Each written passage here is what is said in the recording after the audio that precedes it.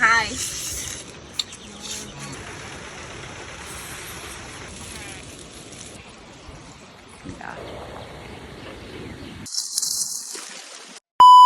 មានបងប្អូនណាខ្លះដែលធ្លាប់ហូបលក់មួយនឹងអ្នកនរគ្នាបាទអាហ្នឹងគេហៅលក់ខ្នាយអ្នកនរគ្នាបាទហើយខ្ញុំគឺថាទៅស្គាល់លើដែរទេបងប្អូនហើយបាទខ្ញុំនៅស្រុកនេះគឺថាមានម្ហូបអីប្លែកៗនិយាយទៅរបស់ប្លែកៗច្រើននៅស្រុកនេះអ្នកនរគ្នាប្រាប់លក់ខ្នាយដែរគេថាជាលក់ដែលខ្ញុំចូលចិត្តអ្នកនរគ្នាបាទខ្ញុំទៅស្គាល់ហើយទៅចេះហូបទេប៉ុន្តែខ្ញុំចូលចិត្តអ្នកនរគ្នាបាទរសជាតិរបស់វាគឺឆ្ងាញ់គឺប្រភេទយើងលក់យើងហូបជាមួយនឹងបុកត្រីឆ្អើហើយស្វាយខ្ចីអ្នកនរគ្នាបាទនិយាយទៅគឺថាឆ្ងាញ់យកទៅណាមអស់អ្នកនរគ្នាហើយតំបន់ដែលយើងទៅបេះនេះដែរគឺគេហៅថាដីក្រហមអ្នកនរគ្នាបាទហើយដីហ្នឹងគឺថាដីក្រហមមែនព្រោះនេះបាទជិះទៅតាមផ្លូវគឺថាដីក្រហមគេដាំដំណាំអញ្ចឹងណាបាទមានច្រើនមានកៅស៊ូមានចន្ទីមានត្រេនមានអីអញ្ចឹងណាអ្នកនរគ្នាបាទសិតតែចង្ការគេអ្នកនរគ្នាបាទឡើយនេះគឺថាយើងបានមកដល់កន្លែងលក់ខ្នាយឯអ្នកនរគ្នាបាទនិយាយថាដុសល្អណាស់អ្នកនរគ្នាបាទនិយាយទៅថាខ្ចីលក់តែម្ដងអ្នកនរគ្នាសម្រាប់លក់ខ្នាយនេះគឺថាមិនថត់ជាលើកទី1ទេបាទគឺខ្ញុំធ្លាប់ថតលក់ខ្នាយនេះគឺថាច្រើនដែរហើយអ្នកនរគ្នាបាទតែថ្ងៃនេះគឺថាដោយសារតែចង់ហូបផងអីផងអញ្ចឹងណាបាទអញ្ចឹងគឺថាឆ្លៀតថតវីដេអូផងអីផងអញ្ចឹងណាមួយទៀតគឺយើងទៅរកផ្សិតជើងដំរីអ្នកនរគ្នាបាទគាត់ថាផ្លូវទៅជាមួយគ្នាអញ្ចឹងណាបាទហើយលក់ខ្នាយគឺថានៅ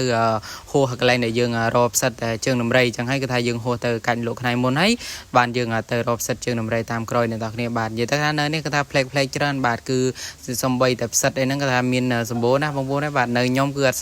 សូវមានអីដែលផ្លេកហើយនៅនេះគឺថាតាំងពីចេះថតវីដេអូមកនិយាយថាមានអីផ្លេកច្រើនណាស់អ្នកនរគ្នាហើយយើងបេះយកតែអាណាខ្ចីទេអ្នកនរគ្នាបាទហើយសម្រាប់លក់ហ្នឹងគឺបើថាចង់ឆ្ងាញ់អាណាឆ្ងាញ់គឺយើងបេះអាណាវាអត់ទាន់រីកខ្លាំងគឺវានៅមូអ្នកនរគ្នាឃើញនៅក្នុងដៃសង្សាររបស់ខ្ញុំកាន់គឺអត់សូវជារីកប៉ុន្មានទេបាទអាហ្នឹងយើងហូបទាំងដើមរបស់វាបានអ្នកនរគ្នាបាទតែបើថារៀងដៃខាងឆ្វេងហ្នឹងអន្តខាងឆ្វេងខាងស្ដាំតែអាហ្នឹងវារៀងដុសលឹករៀងច្រើនដែរអញ្ចឹងណាបាទគាត់ថាយើងហូបបានដូចគ្នាអញ្ចឹងណាបងប្អូនតគ្នាបាទហើយបើអ្នកនរគ្នាដែលធ្លាប់បានហូបហើយមកសួររសជាតិខ្ញុំថារសជាតិវាបែបម៉េចខ្ញុំអត់ដឹងក៏ឆ្លើយថាបែបម៉េចដែរអ្នកនរគ្នាបាទខ្ញុំអត់ដឹងថារសជាតិវាបែបម៉េចទេគាត់ថាវាជាប្រភេទលក់ហើយឆ្ងាញ់អ្នកនរគ្នាបាទយើងបុកជាមួយនឹងត្រីឆ្អើស្វាយខ្ចីនិយាយថាបងប្អូនហើយបាទនិយាយទៅបានបាយក្តៅ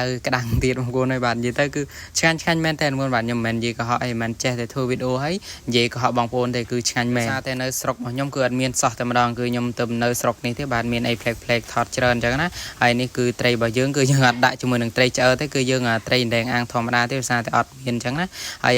គ្រឿងផ្សំដែលយើងបុកក៏អត់មានអីបំបាក់ដែរបងប្អូនបាទអំបិលម្ទេសស្ករប៊ីចេងគឺយើងធ្វើការដាក់ទៅបាទហើយជាពិសេសដែលអ្វីដែលផ្លេចអត់បានគឺម្ជូរស្វាយនឹងតែម្ដងអញ្ចឹងណាបាទហើយលក់របស់យើងដែលយើងបានស្ងោហ្នឹងគឺថាវាបានល្មមហើយបាទយើងអត់ទុកយូរពេកទេខ្លាចវាលួយហើយវាអត់មានស្លឹកហូបអ្នកនរគ្នាបាទលួយខ្លាំងពេកក៏អត់ឆ្ងាញ់ដែរវារៀងលាអញ្ចឹងណ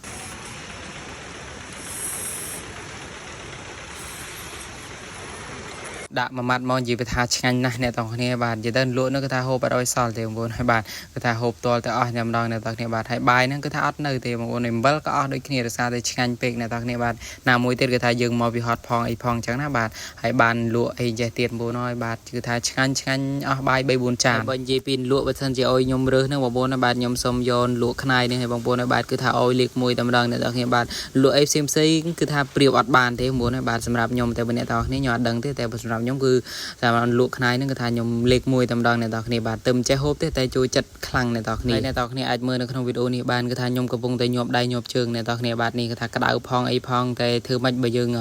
ងចង់ហូបឃ្លានអញ្ចឹងណាបាទណាមួយទៅគឺវាឆ្ងាញ់នឹងតែម្ដងអ្នកទាំងគ្នាហើយ